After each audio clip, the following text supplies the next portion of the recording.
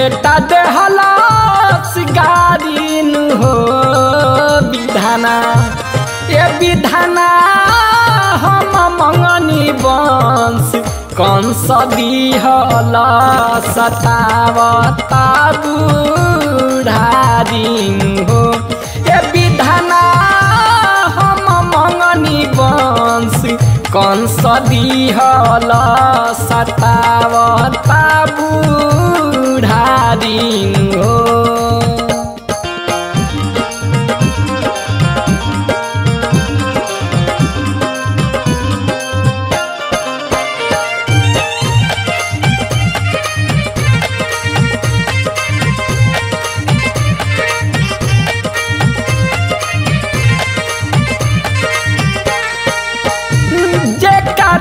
के पोसले बानी ओढ़ाई के चारा उहे बेटा आजू हमके बुझता रे का चारा।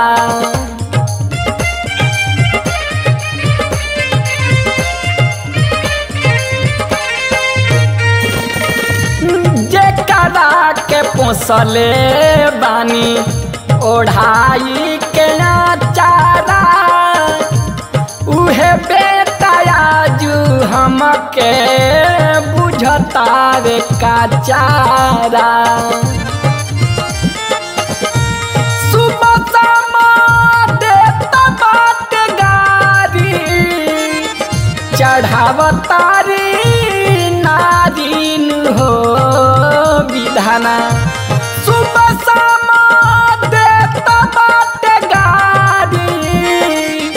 चढ़ावतारी नारीन हो विधाना ये विधाना हम मंगनी वंश कौन सदीहला सतावता बुढ़ारीन हो ये विधाना हम मंगनी वंश कौन सदीहला सतावता बुढ़ारीन हो।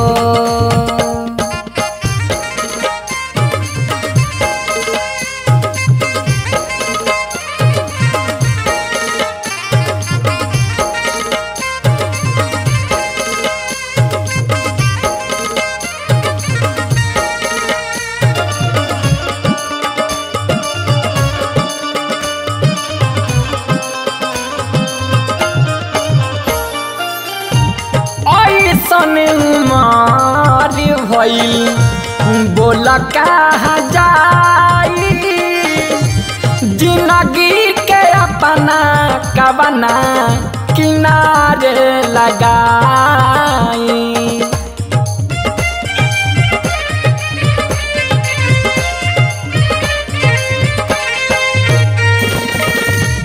ऐसन मारी भइल बोल कहाँ जाई जिंदगी के अपना कवना किनारे लगाई।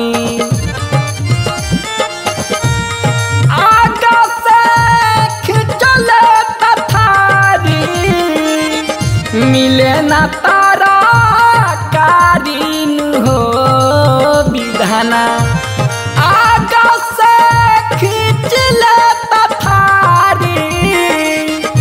मिले न तारा कारीन हो विधाना ये विधाना हम मंगनी वंश कौन सदीहला सतावता बुढ़ारीन हो ये विधाना हम मंगनी वंश कौन सदीहला सतावता बुढ़ारीन हो।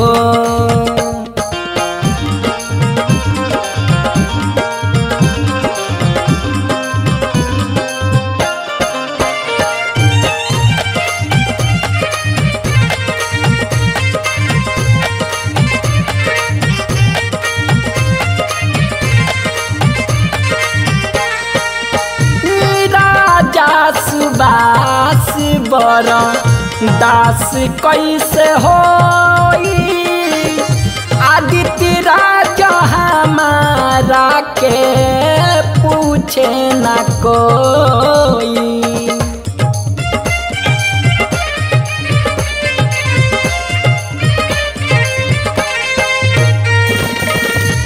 राजा सुबास बर दास कैसे होई आदित्य राजा हमारा के पूछे न कोई। कहिया ले असुआ के धारी गजब दुनिया दारिन हो विधाना। कहिया ले असुआ के धारी गजब दुनिया दारिन हो विधाना। ए विधाना हम मंगनी वंश कंस बिहल सतावता बुढ़ारिन हो। ए विधाना हम मंगनी वंश कंस दिहल सतावता बुढ़ारिन हो।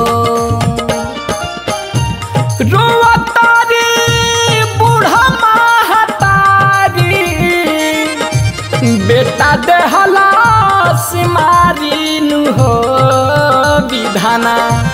रोवतारी बूढ़ा महतारी बेटा देहला सिगारिन हो विधाना। ये विधाना हम मंगनी वंश कंस बिहल सतावता बुढ़ारिन हो। ये विधाना हम मंगनी वंश कंस बिहल सतावता